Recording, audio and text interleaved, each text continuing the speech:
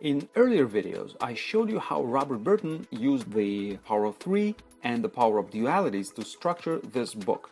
We also saw the marvelous opening paragraph, and I'm going to include the links to all these videos below in the description. Now, in this video, we'll explore three wonderful lead sentences. So here's the first one. First of all, we are in the subsection 2, in the first partition. This is the very first part of the book, but this is subsection 2. And look, it consists of the definition, number, division of diseases. Definition, number, and division. So it could be 3 paragraphs, each one devoted to definition, number, and then one to division. Or each of these could have more than 1 paragraph devoted to it. But let's take a look at how the first paragraph works. So a lead sentence is the first sentence of the paragraph that summarizes it perfectly. And let's see if that actually happens here, and it does. What a disease is, almost every physician defines. So you can learn from any physician, from any doctor, what is a disease. That's the definition. So he's talking about the definition here. He's going to define what disease is, and he's introducing this idea with this sentence. What a disease is, almost every physician defines. This pertains to definition. And he gives you several examples how several different physicians of the past, we're talking about ancient physicians, physicians of maybe his day, but how they all define what disease is. Affection of the body contrary to nature, an hindrance, hurt, or alteration of any part of the body or any action of the body, and so on and so on. But we're interested in the first sentence, and the first sentence introduces the paragraph perfectly, because he says almost every physician defines, and then he gives you several examples of physicians and how they define disease. This is how it works. It's a perfect lead sentence for this paragraph. Okay, next. If you look at the next paragraph, how many diseases there are is a question not yet determined. Now, he puts a semicolon there. I would teach you to simply put the period. Well, he puts a semicolon, that's fine, but it is a full lead sentence. Why? Because if you look at the top again, because after the definition, what comes? The number. So now we're talking about the number of diseases. How many diseases there are is a question not yet determined. So yeah, nobody knows how many diseases there are.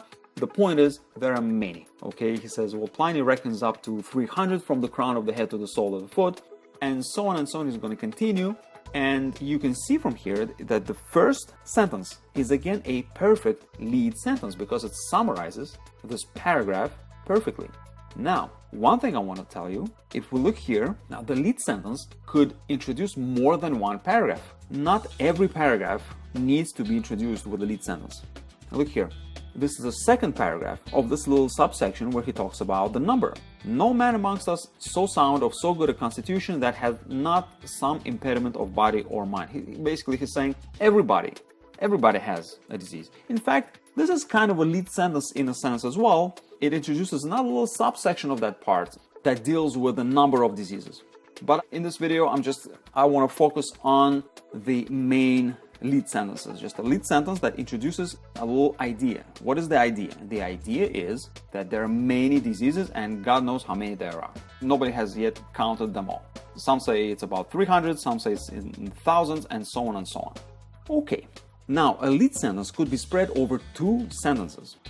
That's very interesting, right? A lead sentence could actually be 2 sentences. I don't necessarily teach people to do that. If you're introducing a very, very large section, then that may be required because it is just too much to deal with in 1 sentence. But here, I just want to show you how it actually works. So here's what he says. There are 2 parts to this little subsection about the division of diseases. If you remember, there were 3 parts. There were 3 parts to this little section here. So the 3 parts are the definition of diseases, the number of diseases, and the division of diseases into what? Into categories. So here's what he says in the first sentence here, in the final paragraph of this section.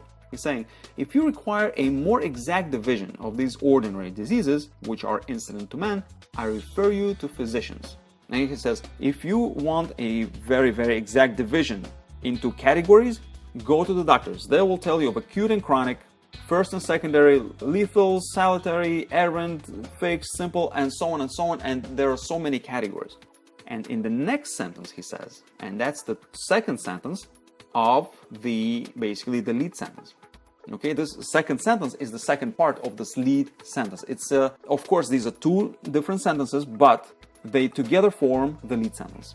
And here's what he says. However, he doesn't say however, but that's the implication. My division at this time, he says, as most befitting my purpose, shall be into those of the body and mind. And that is the whole point. Now he can talk about diseases in terms of diseases of the body and diseases of the mind, and he makes it easy for himself to classify them. He makes it easy to discuss them throughout the book. It's just so much easier. Yeah, diseases of the body and diseases of the mind. Very easy and simple. So these two first sentences of this paragraph make up the actual lead sentence, which is kind of like a little thesis statement for that section of the paper or of the book or of the chapter in the book. So here are your takeaways. Make sure your lead sentence summarizes the paragraph perfectly. Very important. Now, it could introduce a paragraph or a section, which is more than one paragraph. As we saw here, a lead sentence can introduce more than one paragraph. Not every paragraph has to have its own lead sentence, although I advise that you actually do that. You introduce every paragraph with some sort of a lead sentence. And number 3, make sure your lead sentence is precise and succinct. No need for a lengthy, a very long lead sentence. Just no need for it. Just like you saw in the first example, in the first lead sentence here, it was very short, it was succinct and to the point. And this is how you should keep your lead sentences.